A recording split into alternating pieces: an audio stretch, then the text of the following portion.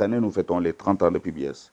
Donc, on travaille sur un livre, on travaille sur un documentaire, parce qu'on s'est dit quand même qu'il faut, pour l'histoire, qu'on laisse quelque chose de solide et concert ici un album.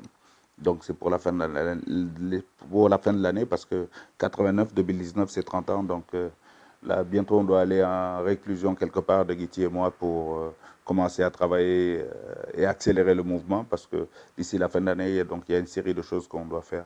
Mais ça va être vraiment pour lui et moi un point important. Parce que 30 ans, c'est quelque chose quand même dans nos vies. On s'est bien rendu compte que voilà, toute notre vie est rythmée par cette histoire qui était l'histoire de jeunes des SICAP qui déliraient parce qu'ils aimaient, ils étaient passionnés par le hip-hop, à qui on disait que cette histoire, ça ne va pas aller loin, hein, c'est une petite mode, ça va passer. 30 ans après, on se retrouve avec tous les deux la même passion pour ce mouvement qui a grandi, qui a fait des enfants. Aujourd'hui, nos enfants sont dans le hip-hop. Moi, mes deux enfants sont dans le hip-hop. Euh, voilà.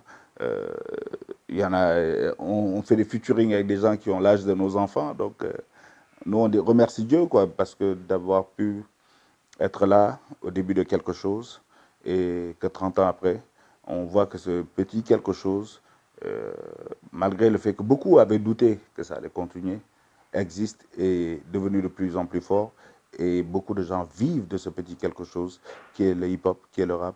Et donc nous, en tant que PBS, on remercie Dieu de nous avoir mis sur le chemin du hip-hop. Et voilà.